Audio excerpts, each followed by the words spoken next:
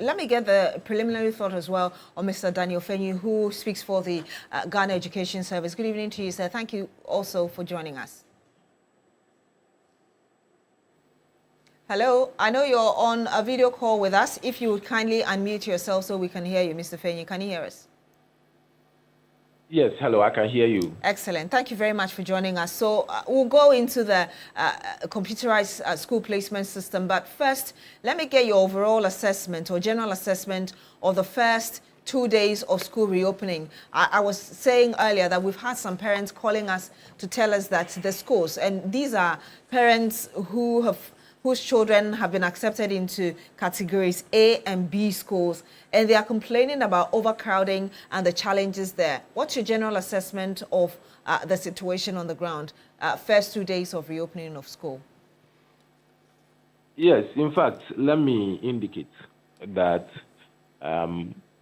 schools were opened for the freshers generally on Saturday, and the reporting days were 3 days, Saturday, Sunday, and then Monday.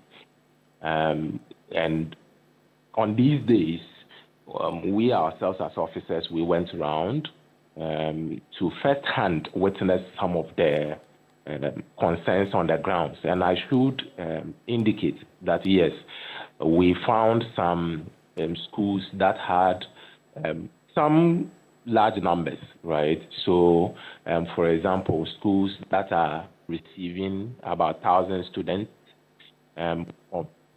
just on the first day of reopening, about 800 of the students showed up on the first day, and so they witnessed some overwhelming numbers. But many of the school heads have been in this space for some time, and they knew how to manage and go about the enrollment process. So yes, for some of the schools, the numbers were huge. The numbers were quite overwhelming for them because they didn't expect that all the students, or a significant majority of the students, will show up on the first day and the second day. They thought that a couple of them will show up first day, a couple will show up on the second day, and so they felt the numbers could be manageable, especially because the Ghana Education Service had allotted 3 good days for reporting. I should also mention that for some of the schools too, they didn't have any overwhelming numbers, so their numbers were average, normal. Student turnout were expected, the numbers were expected, and so some of them went through the process quite smoothly. I should also indicate that for some of the schools, they even had an online registration process, so a lot of the students already registered with them, even online, and so when they showed up physically on the school premises, they didn't have to go through much. But all in all, everything put together, back and forth, addition and subtraction, I think the process has been fairly conducted. In some instances, has had huge numbers but had to manage and control. In fact, I should indicate that we got some reports of students who even arrived on the school campuses around 8 p.m., some of them 9 p.m. in the night, because they had to travel quite some distances. And in all these cases, some of the heads were still available, the housemasters, some of them were still available to receive these learners, even at odd hours like that. And so it has been quite conducted well. Also, let me indicate that this year has been the highest number of enrollments in our history, and so you should expect that almost all the challenges will compound. Almost all the issues we have recorded in the past may compound, because the numbers have significantly increased too.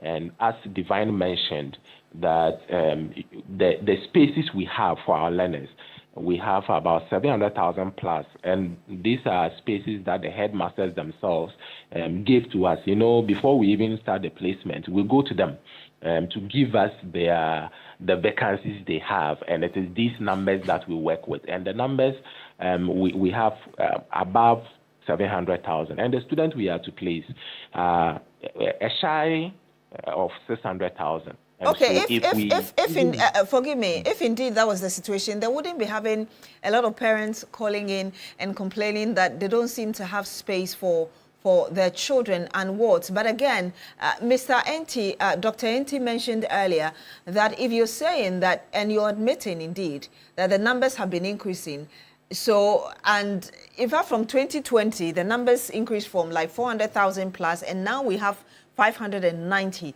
So Dr. Enti was saying earlier that that should be a failure on your part, knowing that gradually the numbers have been increasing. So you should have had the kind of systems in place to make it easier for us rather than compounding the situation.